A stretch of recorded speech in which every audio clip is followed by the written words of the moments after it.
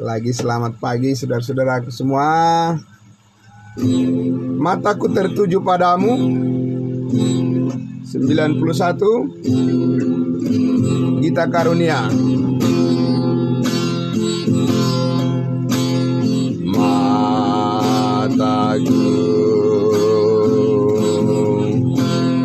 tertuju padamu,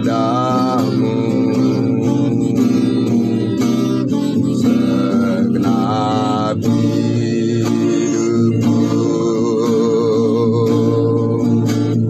ku serahkan padamu.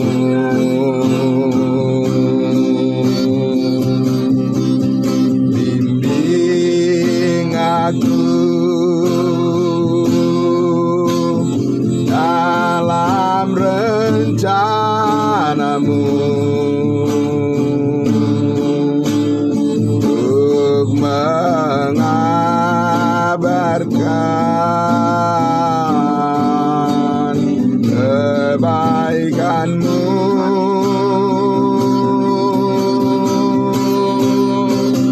Ku mau mengikuti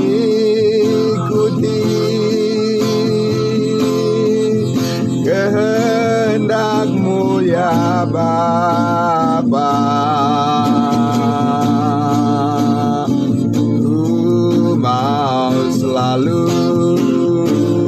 menyenangkan hati-Mu. Mataku tertuju padamu. Mataku tertuju padamu, segenap hidupku ku serahkan padamu.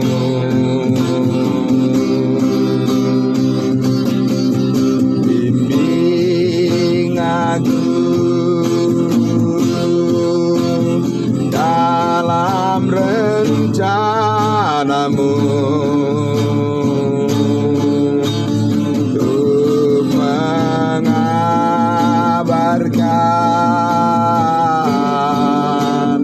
kebaikan-Mu.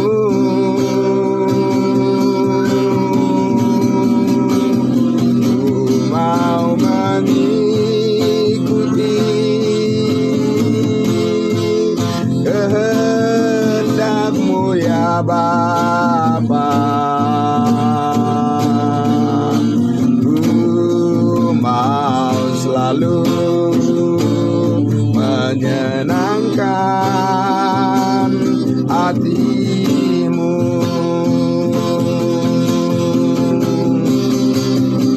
Ku mau mengikuti kehendak-Mu ya Bapa. Ku mau selalu menyenangkan hati-Mu. Ku mau selalu menyenangkan hati-Mu.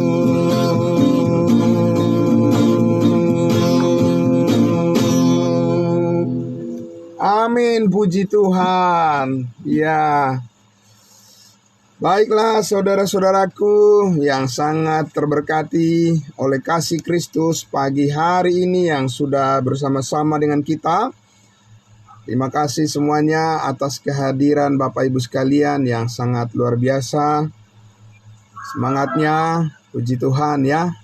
Mari saudara-saudaraku, setelah kita memuji Tuhan kita, saatnya kita berdoa untuk mendengarkan perenungan akan firman Tuhan. Ya, mari kita berdoa.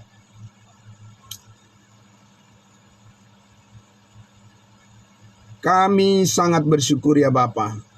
Sangat berterima kasih kepadamu ya Tuhan kami.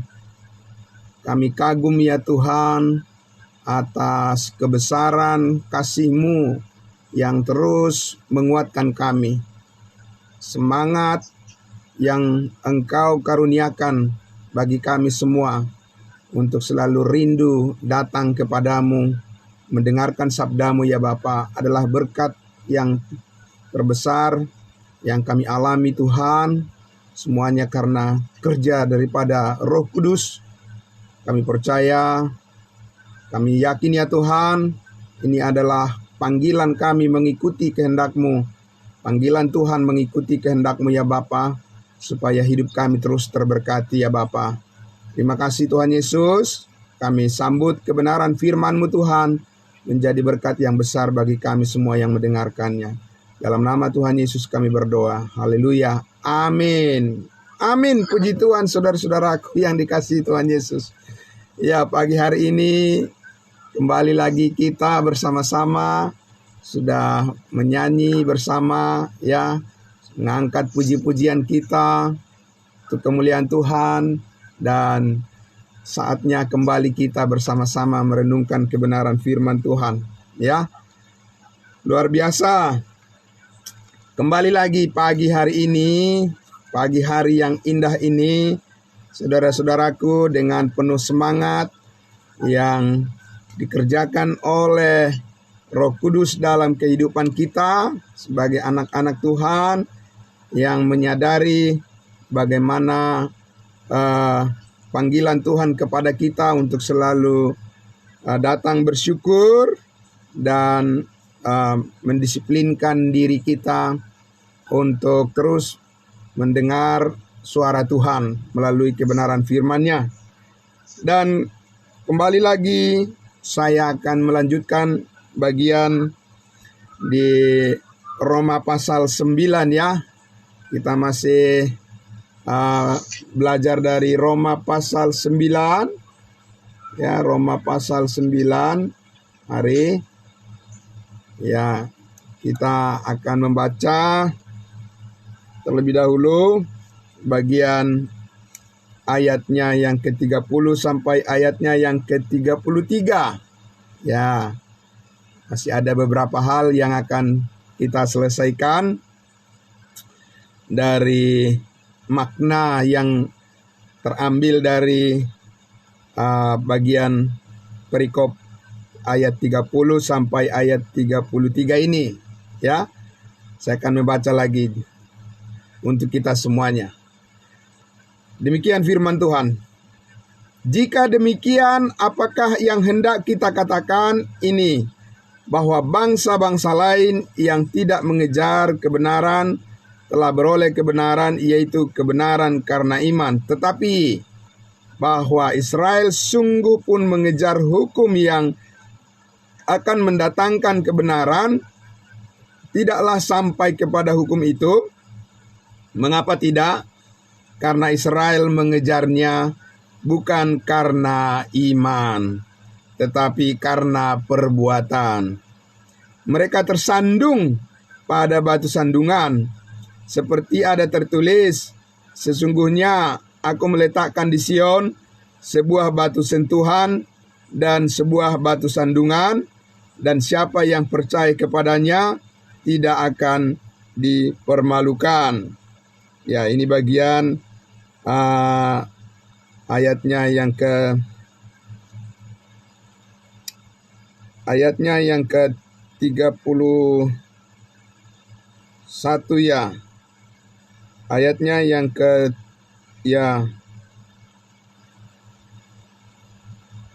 bagian ini sekali lagi, ayatnya yang ke-31 dikatakan, tetapi bahwa Israel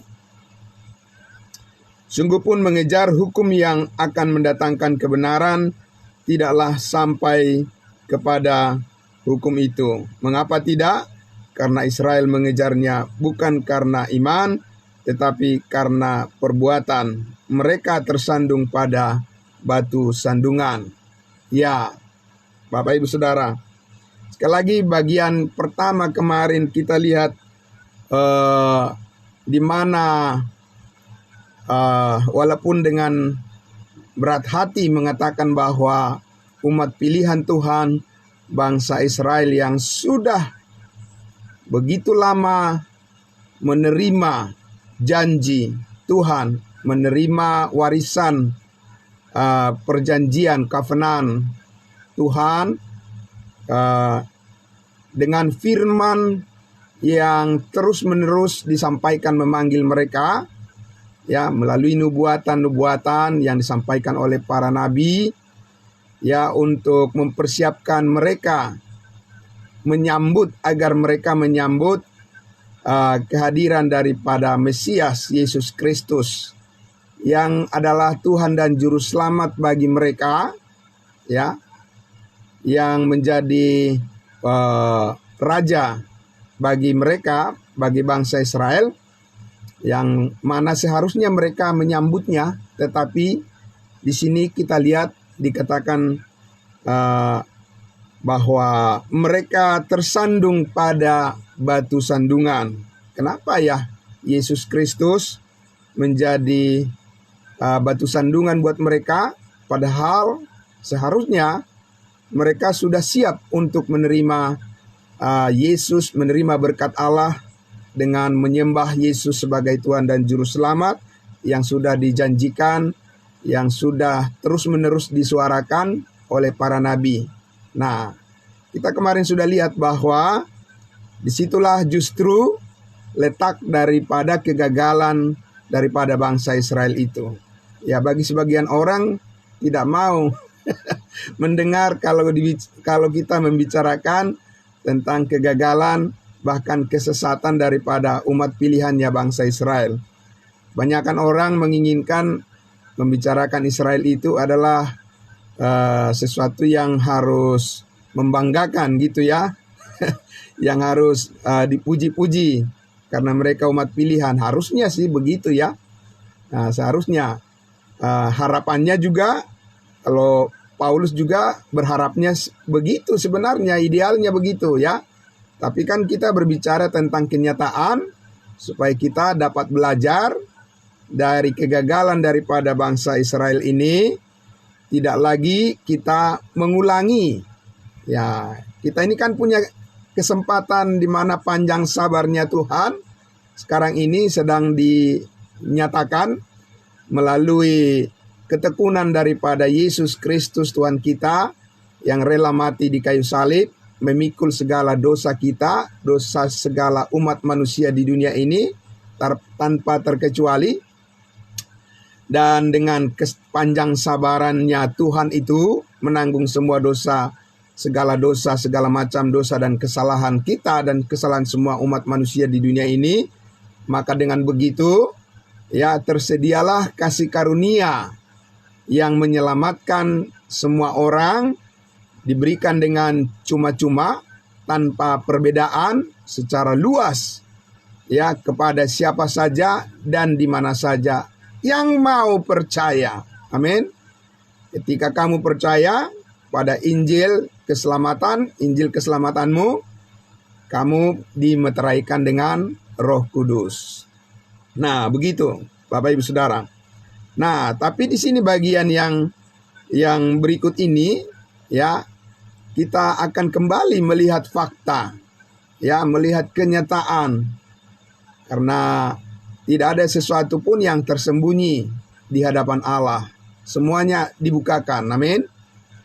Baik yang plus minus, ya, semua dibukakan oleh Allah untuk menjadi pelajaran buat kita semua, dinyatakan di dalam Alkitab ini, agar kita bisa memilih dengan tepat cara kita untuk bertumbuh dalam pengenalan kita, yaitu melalui kasih karunia-Nya yang ajaib luar biasa.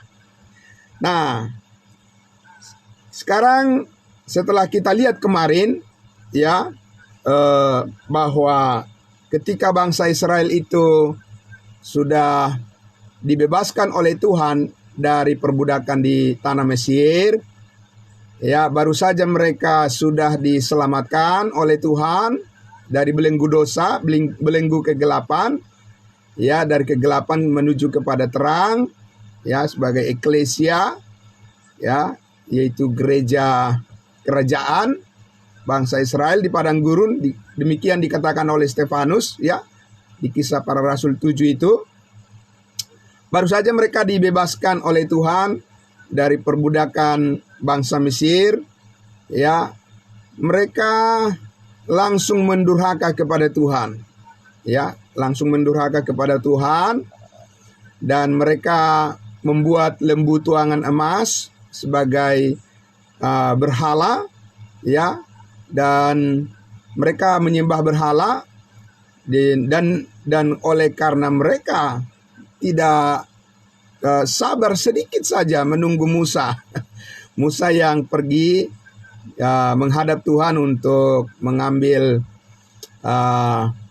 firman Tuhan, hukum Taurat, untuk mengatur kehidupan mereka sebagai umat Tuhan supaya bisa hidup dalam kekudusan, hidup berkemenangan.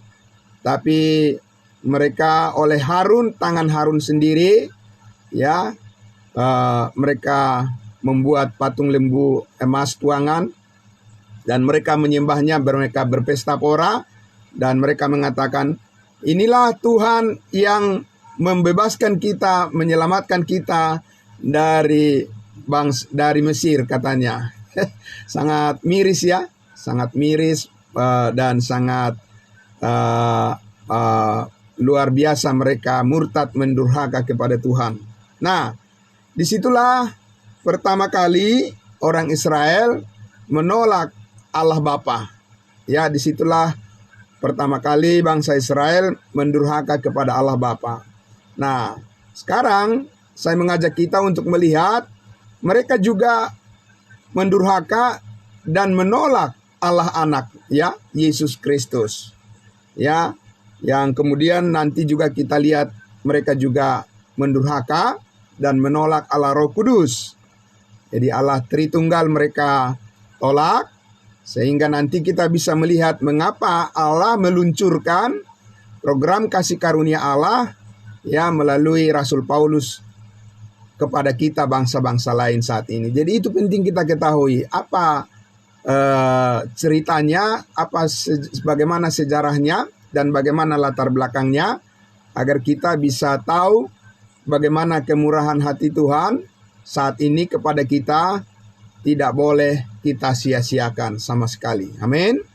Nah, sekarang mari kita lihat di dalam Matius pasal 15. Mari saudara-saudaraku, ya, kita lihat, ya, mari jemaat kudusnya Tuhan.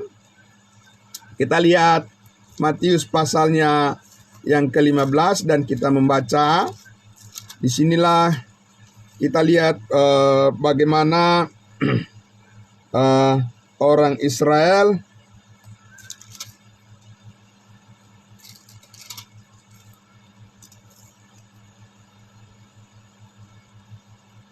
ya,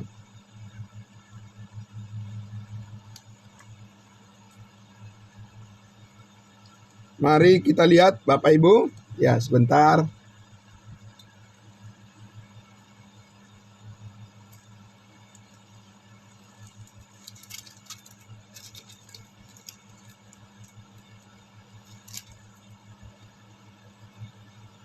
Oke.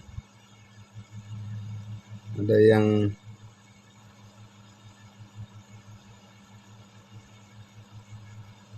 bentar ya Bapak Ibu ya. Kemarin sudah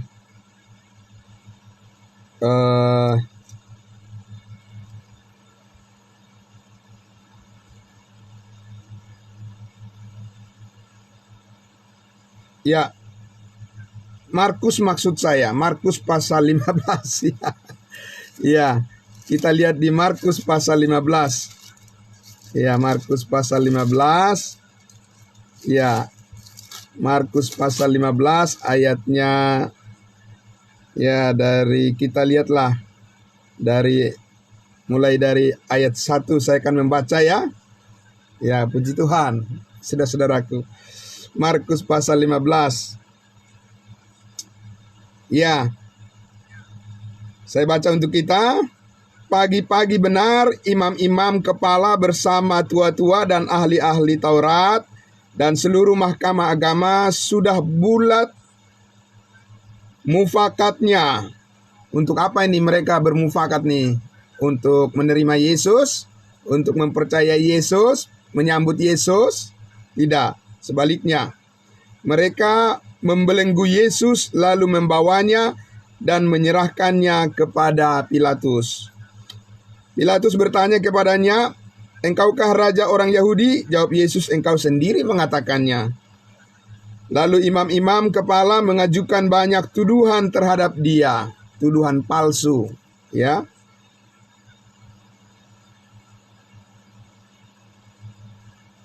Dikatakan, "Tidakkah engkau memberi jawab? Lihatlah betapa banyaknya tuduhan mereka terhadap engkau."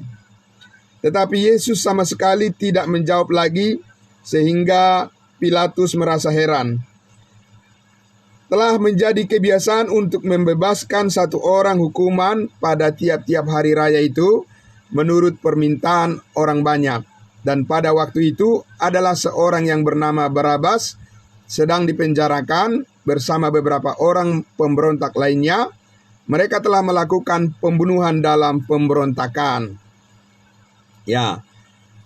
Maka datanglah orang banyak dan meminta supaya sekarang kebiasaan itu diikuti juga. Pilatus menjawab mereka dan bertanya, "Apakah kamu menghendaki supaya kubebaskan raja orang Yahudi ini?" Ya, jadi Pilatus bertanya, apakah Yesus yang dibebaskan? Ya, dari hukuman pembunuhan yang sudah mereka siapkan, ya. Ia memang mengetahui bahwa imam-imam kepala telah menyerahkan Yesus karena dengki. Ya, dia tahu itu. Ya, Pilatus tahu bahwa bukan karena Yesus pantas mendapat hukuman, tetapi karena mereka dengki kepada Yesus Kristus. Ayatnya yang ke-11. Tetapi imam-imam kepala menghasut orang banyak untuk meminta supaya Barabaslah yang dibebaskannya bagi mereka. Nah, disinilah otak mereka yang sudah rusak, ya. Pikiran mereka yang sudah dikuasai oleh kegelapan, oleh setan, oleh iblis. Mereka punya mata tetapi tidak melihat. Mereka punya telinga tetapi tidak bisa mendengar. Sayang sekali, ya. Bapak Ibu Saudara, harusnya imam-imam itu sudah merupakan para pakar, ya. Pakar lah itu disebut, ya. Ahli Taurat, ya. Farisi, kemudian Saduki, ya. Imam-imam, mereka itu sebenarnya sudah bisa dikatakan ahli-ahli kitab begitu, ya. Yang membaca dan mempelajari firman Tuhan, yang sudah sangat mereka sudah punya ilmu yang tinggi, punya ilmu tingkat dewa begitu, ya. Tetapi justru mereka inilah pemimpin-pemimpin yang dirasuki setan pikiran mereka, dan merekalah pembawa malapetaka itu, ya. Merekalah pembawa malapetaka, pemimpin umat begitu, ya. Umat beragama, ya, beragama Yahudi ini, merekalah yang menjadi pemimpin malapetaka yang melakukan dosa yang sangat besar. Kita lihat dulu selanjutnya, ya. Di ayat 12, Pilatus sekali lagi menjawab dan bertanya kepada mereka, "Jika begitu, apakah yang harus kuperbuat dengan orang yang kamu sebut raja orang Yahudi ini?" Nah, Pilatus ini tidak bisa menggunakan wewenangnya untuk menyatakan kebenaran juga, ya. Jikalau itu sudah urusan politik, ya. Ini kan sudah urusan politik supaya orang-orang Israel, orang-orang Yahudi, pemimpin-pemimpin orang Yahudi itu hati mereka disenangkan. Mereka terus bisa memberikan upeti kepada kaisar, kepada raja, ya, kepada Pilatus, ya. Dan karena itu Pilatus ini juga kompromi dalam kejahatan, dan akhirnya dia menyerahkan Yesus untuk disalibkan. Di ayatnya yang ke-13 dikatakan, maka mereka berteriak lagi, katanya, salibkan dia, salibkan dia. Gitu ya.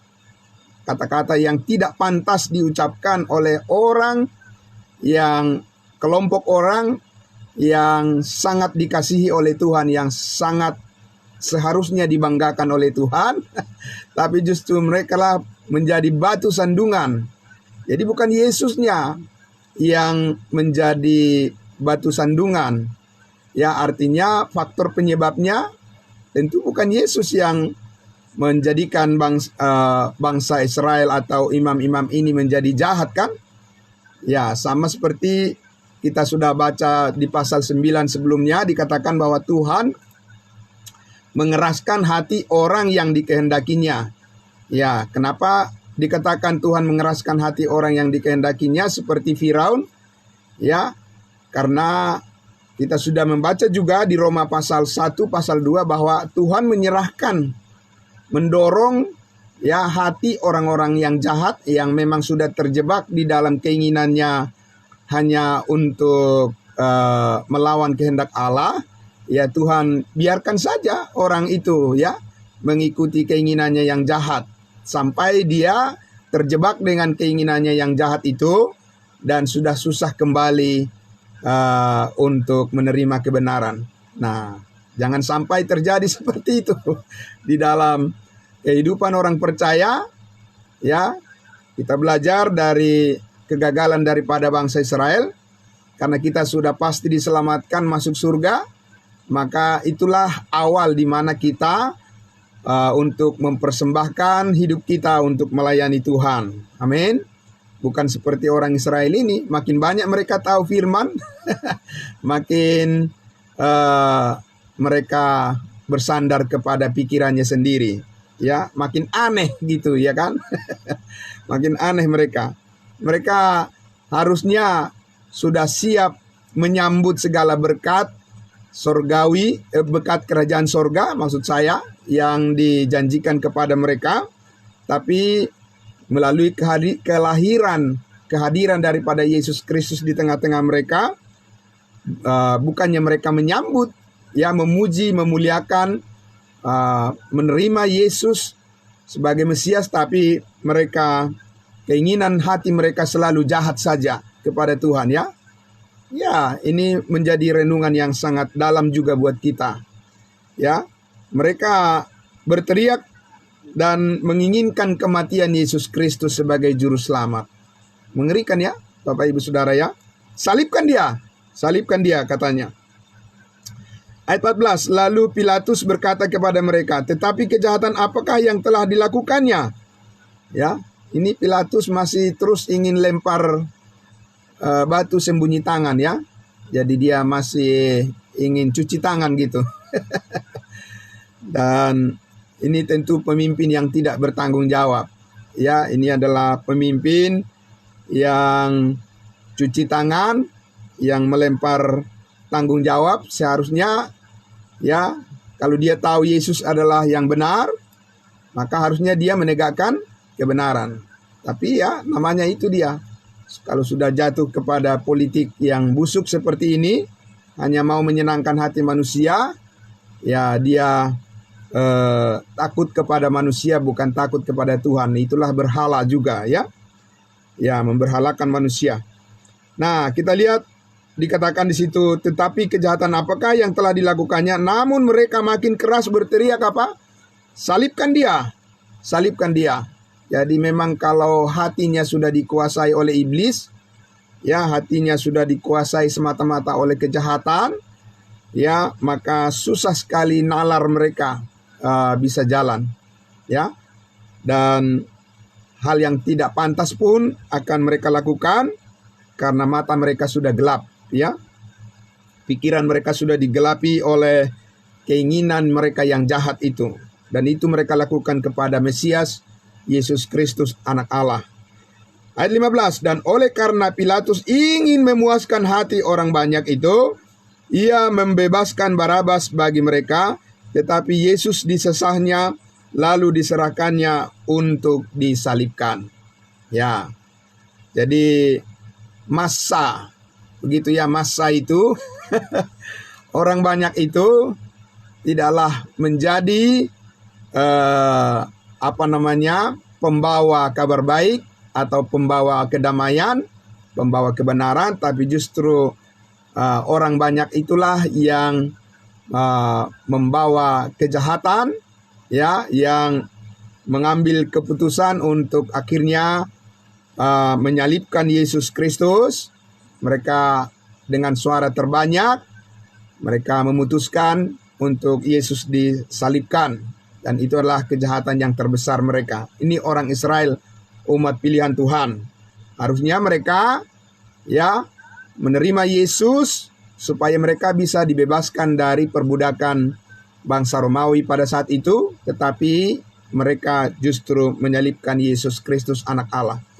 Jadi tadi sudah kita singgung di masa zaman Musa, di mana mereka menolak atau mendurhaka kepada Allah Bapa, dan kemudian di masa Yesus Kristus mereka sendiri menyalibkan anak Allah, ya, dengan tangan mereka sendiri. Nah, Bapak Ibu Saudara yang dikasihi Tuhan Yesus,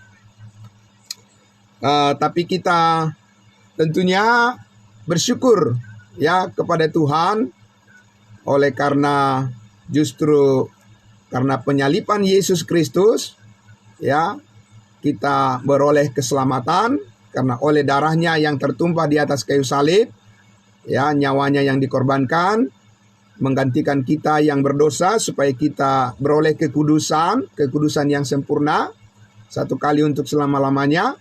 Sehingga saat ini inilah kebanggaan kita di dalam Tuhan, yaitu kasih karunia Tuhan yang menyelamatkan kita semata-mata hanya karena melalui iman kita, bukan karena usaha, bukan karena perbuatan kita. Ya, Paulus katakan di dalam Efesus pasal 2, jangan ada orang yang memegahkan diri. Ya. Nah, Bapak Ibu Saudara yang dikasihi Tuhan Yesus, kemudian saya mengajak kita untuk melihat kita menyelesaikan ini, bagian ini, di mana sesudah mereka menolak Allah Bapa, ya, kemudian mereka juga menolak Allah Anak, dan sekarang kita lihat mereka juga menolak daripada Allah Roh Kudus, ya. Kita lihat di dalam Kisah Para Rasul, mari kita lihat Kisah Para Rasul, ya, Kisah Para Rasul, ya, Kisah Para Rasul 6, ya, kita lihat di Kisah Para Rasul 6. Kita baca mulai dari ayatnya yang ke-8, ya. Dan di sini adalah tuduhan mereka untuk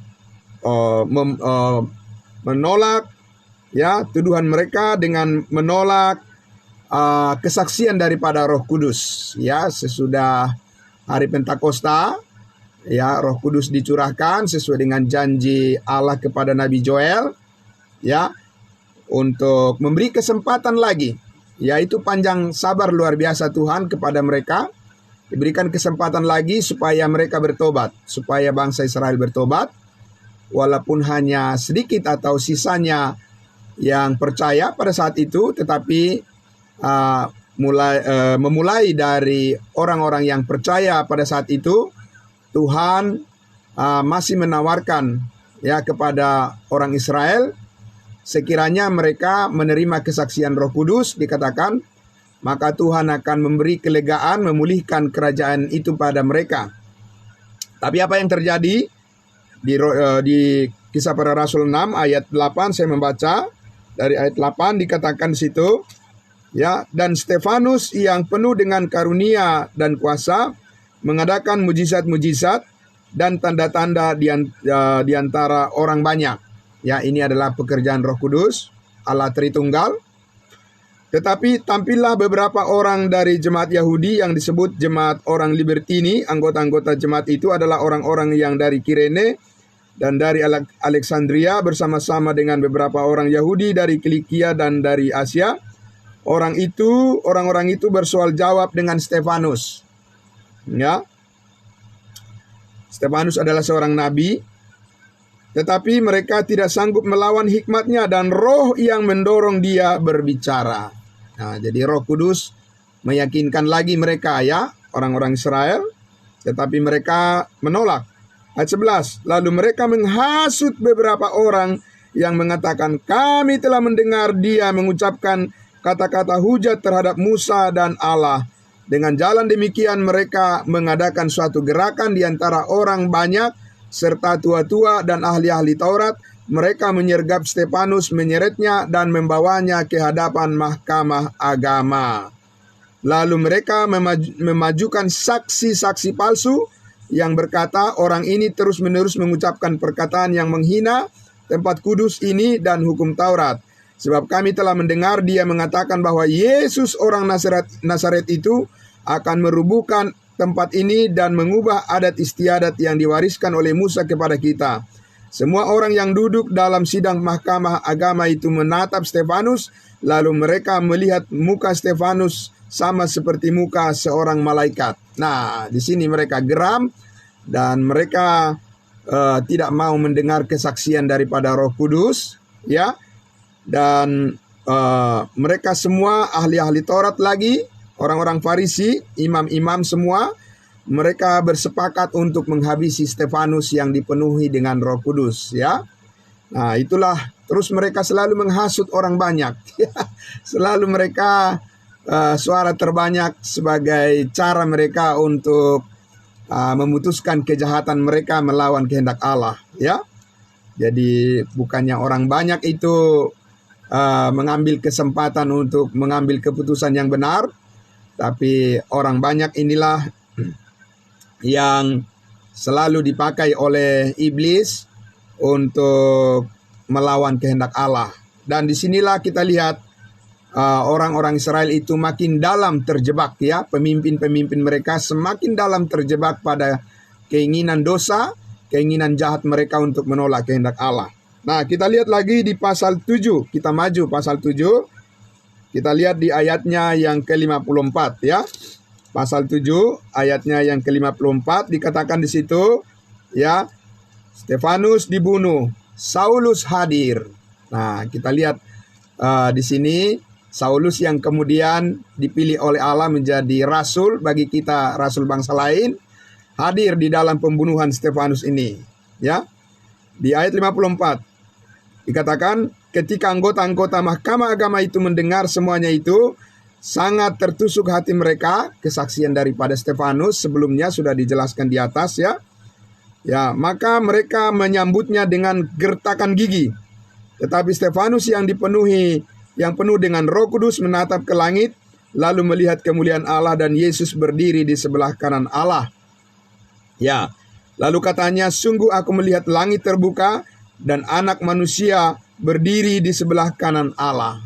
Jadi Stefanus masih menyebutkan Yesus Kristus itu sebagai anak manusia yang berhubungan dengan pengharapan daripada bangsa Israel bahwa Yesus adalah Mesias, anak Allah yang akan menjadi raja di atas segala raja untuk memimpin bangsa Israel.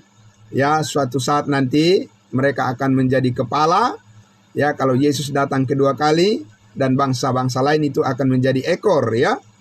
Nah, kita lihat di situ, ya, bahwa dikatakan ayat 57, maka mereka berteriak-teriaklah mereka dan sambil menutup telinga serentak menyerbu dia, menyeret dia ke luar kota lalu melemparinya, dan saksi-saksi meletakkan jubah mereka di depan kaki seorang muda yang bernama Saulus, ya. Sedang mereka melemparinya, Stefanus berdoa, katanya, ya Tuhan Yesus, terimalah rohku. Sambil berlutut ia berseru dengan suara nyaring, Tuhan janganlah tanggungkan dosa ini kepada mereka. Dan dengan perkataan itu meninggallah ia. Saulus, pasal 8 ayat 1, Saulus juga setuju bahwa Stefanus mati dibunuh. Nah, itu dia. Ya, Bapak Ibu Saudara, disinilah kita lihat, ya, puncak daripada penolakan daripada bangsa Israel kepada panggilan Allah Tritunggal. Mereka menolak Allah Bapa, menolak anak-anak, menolak Allah Roh Kudus, sehingga genaplah puncak daripada kejahatan mereka, ya, mendidih ya kejahatan mereka, dan disitulah kesempatan bagi bangsa Israel, ya, sementara ditutup oleh Allah. Program, ya, kerajaan surga yang ditujukan kepada bangsa Israel, ya, disitulah puncak di mana orang Israel kehilangan kesempatan, ya, untuk dijadikan sebagai channel berkat, saluran berkat bagi bangsa-bangsa lain. Nah, karena itu kita lihat menarik tadi di situ Saulus hadir, ya. Jadi Saulus tahu persis, Bapak Ibu Saudara, apa yang diajarkan kepada bangsa Israel, yaitu Injil Kerajaan Sorga.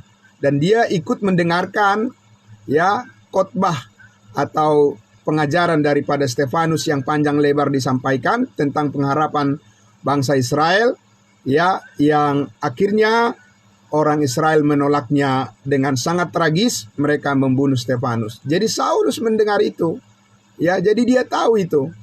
Dan karena Saulus mengetahui berita Injil Kerajaan Sorga, dan itulah sebabnya juga dia membunuh orang-orang ini, ya.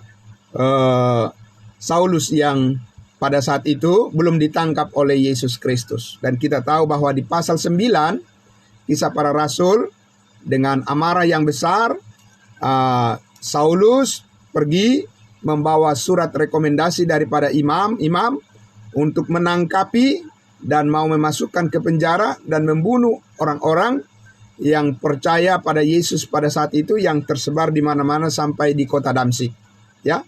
Jadi kita lihat di situ bahwa setelah puncak daripada kejahatan daripada orang Israel itu telah terjadi, maka disitulah Allah menghentikan sementara program penyelamatan bagi umatnya Israel.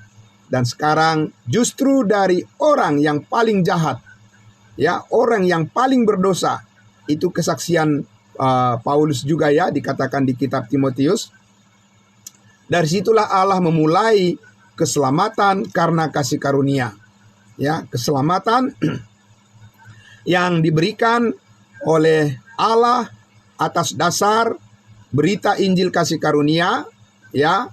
Yesus mati hapus semua dosa, ya. Siapa yang percaya pasti diselamatkan dan dimeteraikan dengan Roh Kudus. Dimulai daripada Paulus, ya. Dimulai dari Saulus, Bapak Ibu Saudara.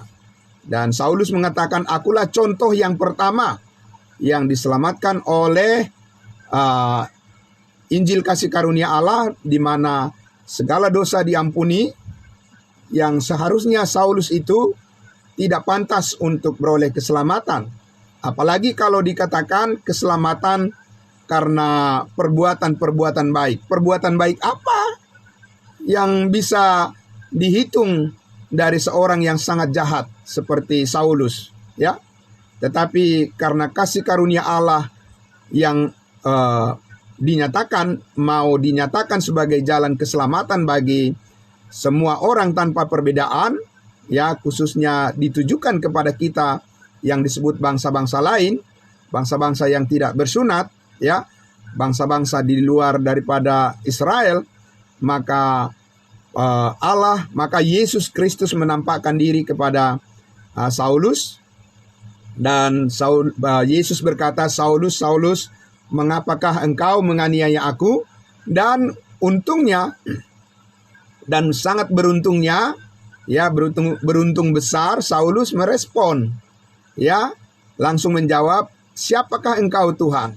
Nah, Bapak Ibu Saudara, itulah perbedaan daripada Saulus dengan Firaun.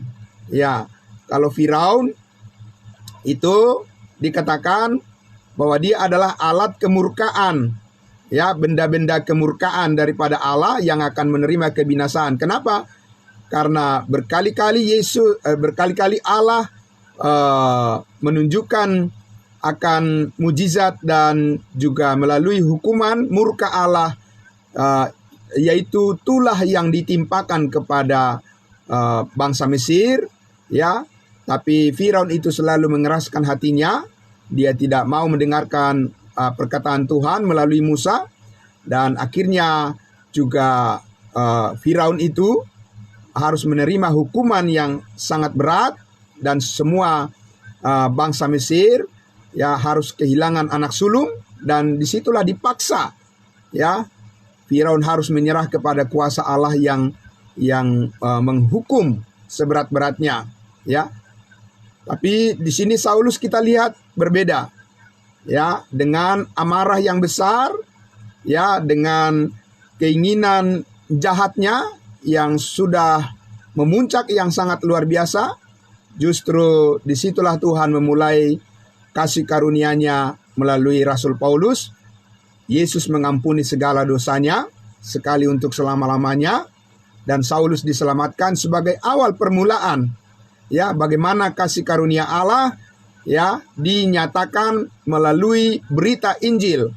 Ya, Yesus mati hapus segala dosa, karena itu adalah dasar daripada pemberitaan Injil yang diterima oleh Rasul Paulus dari Yesus Kristus ya. Itu bisa kita baca di 1 Korintus pasal 15, di mana Paulus mengatakan, sebab yang sangat penting telah kusampaikan kepadamu, yaitu bahwa Kristus telah mati karena segala dosa kita, bahwa Dia telah bangkit ya, Dia dikuburkan dan Dia bangkit pada hari yang ketiga untuk mengampuni segala dosa kita. Itu adalah fondasi atau itu adalah dasar inti daripada berita yang diterima oleh Rasul Paulus dari Yesus Kristus yang sudah dipermuliakan di surga ya. Nah, itu sangat berbeda dari Injil yang diterima oleh Petrus 12 rasul ketika mereka di bumi ya. Mereka menerima berita kabar baik, yaitu berita pertobatan. Bertobatlah sebab kerajaan sorga sudah dekat. Begitu isi berita Injil kerajaan yang diberitakan oleh 12 rasul ya. Percayalah Yesus adalah Mesias anak Allah. Begitu ya. Jadi Petrus, Yohanes itu bukan diselamatkan karena mereka percaya Yesus mati hapus segala dosa. Nah, mereka tidak, bukan itu Injil berita kabar baik yang mereka percayai ketika mereka pertama kali diselamatkan. Tidak ya. Itu harus jelas itu. Jadi jangan selalu disama-samakan gitu ya. Sudah dibuat berbeda berita Injil kerajaan sorga bagi bangsa Israel dan berita Injil kasih karunia Allah bagi kita bangsa-bangsa lain. Itu jelas berbeda. Kalau hal itu tidak dipahami, maka pemberitaan Injil yang sekarang ini katanya secara gencar disampaikan di mana-mana, itu masih big question ya, masih pertanyaan besar ya. Kalau tidak bisa membedakan antara berita Injil keselamatan yang disampaikan oleh Yesus Kristus pada masa Dia hidup dan 12 rasulnya, dengan Injil keselamatan, Injil kasih karunia Allah yang diterima oleh Rasul Paulus, yang disampaikan, yang diterimanya sesudah Yesus naik ke surga ya. Itu jelas sekali berbeda ya. Jadi dicatat baik-baik Bapak Ibu Saudara ya. Ketika Petrus pertama kali diselamatkan, dia bukan percaya Yesus mati hapus segala dosanya. Tidak ada itu di dalam Alkitab ya. Ya, hanya dikatakan bahwa Yesus memanggil Petrus ya, dan kemudian Petrus, Yohanes, Yakobus, Andreas semua pergi mengikut Yesus. Yesus yang masih menjadi manusia, yang hidup dalam firman yang menjadi daging, belum melintasi kematian, penguburan, dan apalagi kebangkitannya ya. 12 rasul itu yang tentunya Yudas digantikan oleh Matias ya. Tapi Matias juga sudah diselamatkan sebelum Yesus mati ya. Jadi mereka percaya kepada Yesus adalah anak Allah, bukan percaya kepada Yesus yang adalah kematiannya dan penguburannya dan kebangkitannya yang telah menebus segala dosa seperti yang kita percayai saat ini. Nah, jadi Bapak Ibu Saudara yang dikasihi Tuhan Yesus, karena itulah kita melihat bahwa penolakan daripada Allah Tritunggal oleh bangsa Israel membuat kesempatan itu hilang dari mereka ya. Mereka menolak rencana Allah bagi mereka, dan sekarang kita menerima rencana Allah yang sangat mulia untuk kita, di mana Allah menghendaki supaya semua orang diselamatkan dan memperoleh pengetahuan akan kebenaran. Nah, itu adalah saat ini merupakan panggilan yang terbesar yang harus kita terus-menerus sampaikan. Kita harus berpegang teguh kepada visi besar Allah. Jadi kita sebut itu adalah visi besar Allah, di mana di dalam visi besar Allah itu, yaitu visi kasih karunia, yaitu Allah menghendaki semua orang diselamatkan, ya, artinya kalau mereka percaya, ya. Jadi bukan Allah memilih sebagian orang untuk diselamatkan. Itu Bapak Ibu Saudara, cepat-cepat harus dikoreksi pemahaman yang keliru seperti itu, ya. Jadi Allah bukan menginginkan sebagian orang diselamatkan, kemudian sebagian orang mati binasa, ya, seperti diyakini oleh beberapa sebagian besar kelompok orang di luar sana, ya, yang mempercayai bahwa Tuhan itu sudah menetapkan sebagian orang orang-orang terpilih untuk diselamatkan, dan Tuhan itu juga sudah menetapkan sebagian orang untuk binasa kekal. Tidak. Allah di dalam kasih karunia-Nya, panjang sabarnya Tuhan, ya, saat ini Allah menghendaki supaya semua orang diselamatkan. Benar-benar Dia menghendakinya. Hanya orang itulah yang tidak mau percaya, ya, akan berita Injil kasih karunia, ya, akan belas kasihan Tuhan, maka itu sudah merupakan konsekuensi. Siapa yang tidak percaya akan binasa, ya. Nah, jadi Bapak Ibu Saudara, oleh karena saat ini adalah zaman di mana panjang sabarnya Tuhan sedang diluncurkan, sedang diberikan seluas-luasnya kesempatan bagi semua orang, maka kita harus menyuarakan terus, ya, berita Injil keselamatan ini, ya. Ya, jangan sampai kendor katanya, ya. Gaspol, terus beritakan, ya, karena iman timbul dari pendengaran. Bagaimana mereka bisa tahu kebenaran kalau kita tidak memberitakan kepada mereka, ya? Jadi kita tidak cukup hanya menghakimi saja, dan tidak boleh menghakimi, ya, bahwa mereka adalah orang-orang yang akan binasa dan seterusnya. Ya, tapi tugas kita apa? Apakah kita sudah menjalankan tugas kita memberitakan Injil kepada mereka?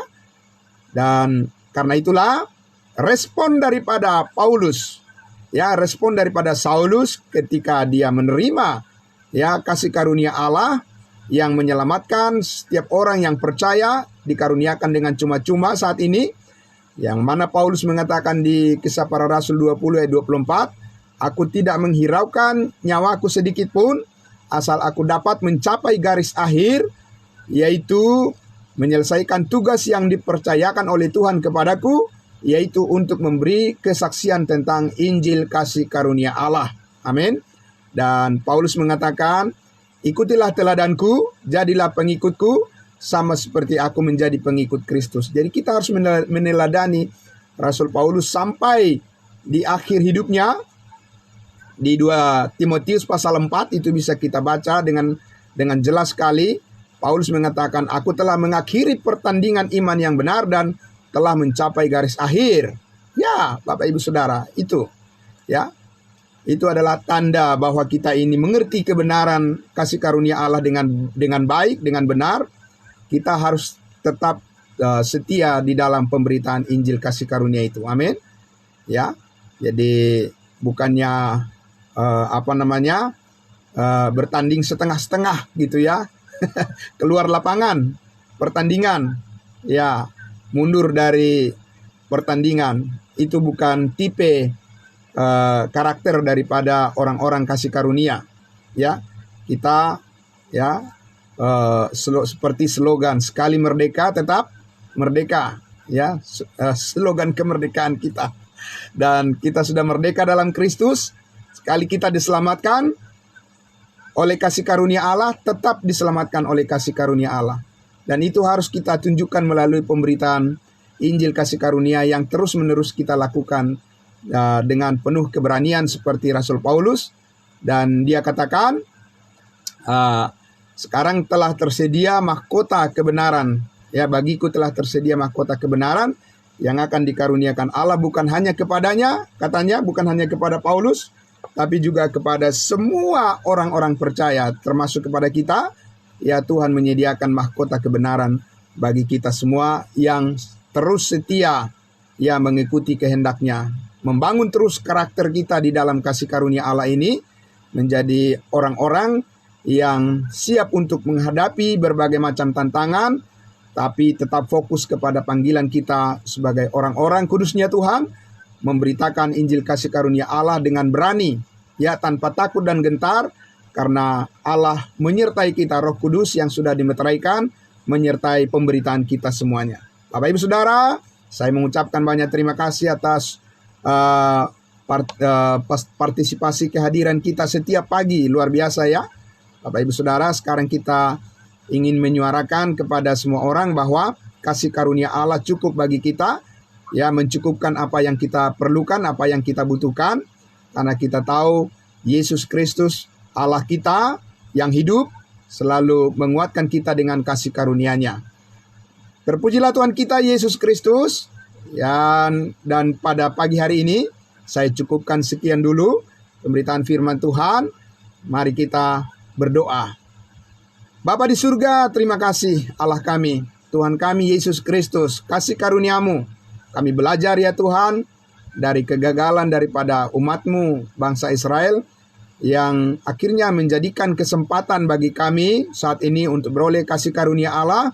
Itu semua adalah merupakan kedaulatan Allah, keputusan daripada Allah untuk menetapkan bahwa saat ini Tuhan, zaman kasih karunia, panjang sabarnya Tuhan dinyatakan, dan kami tidak mau menyia-nyiakan ini.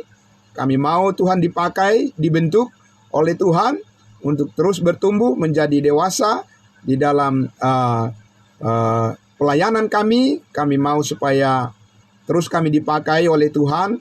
Banyak jiwa yang diselamatkan, banyak jiwa yang dimenangkan oleh karena pemberitaan Injil kasih karunia Allah, supaya ketika Engkau datang di awan-awan, kami sudah dipenuhi dengan segala tanggung jawab kami untuk melakukan kehendak-Mu di bumi ini. Terima kasih Bapa di surga. Kami bersyukur diberkati semua saudara-saudara kami yang mendengarkan kebenaran firman-Mu. Dalam nama Tuhan Yesus kami berdoa. Haleluya. Amin. Amin. Terima kasih saudara-saudaraku semuanya. Ya, terima kasih, Tuhan memberkati. Salam kudus buat kita semua. Ya,